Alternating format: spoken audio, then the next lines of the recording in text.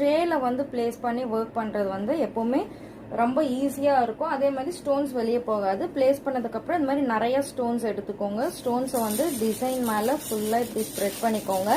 நிறைய ஸ்டோன்ஸ் போட்டு ஒர்க் பண்றப்ப நமக்கு ரொம்பவே வந்து ஈஸியா இருக்கும். நெக்ஸ்ட் இப்போ நம்ம ஸ்ப்ரெட் பண்ண பிறகு இந்த ஸ்பாஞ்சை வச்சு ஒரு எண்டுல இருந்து நம்ம ஜஸ்ட் இப்படி மூவ் பண்ணி தேய்ச்சி கொடுத்தாலே வந்து போதும். எல்லா ஸ்டோன்ஸுமே ப்ராப்பராக ஃபிக்ஸ் ஆகிடும். இல்லை இன்கேஸ் வந்து தலைகளாக இருந்தானா அந்த இடத்துல கொஞ்சம் ஸ்டோன்ஸ் போட்டு தேய்க்கிறப்ப அங்கே ஸ்டோன்ஸ் வந்து ப்ராப்பராக ஃபிக்ஸ் ஆகிடும். இப்போ பாருங்கள், நான் ஒரு எண்டுலேருந்து தான் தேய்ச்சிட்டு வரேன். எப்போவுமே ஒரு எண்டுலேருந்து நம்ம இந்த ஒர்க் பண்ணிட்டு வரப்ப ரொம்பவே ஈஸியாக இருக்கும். ஒவ்வொரு இடமா வந்து ஃபில் ஆகிடும்.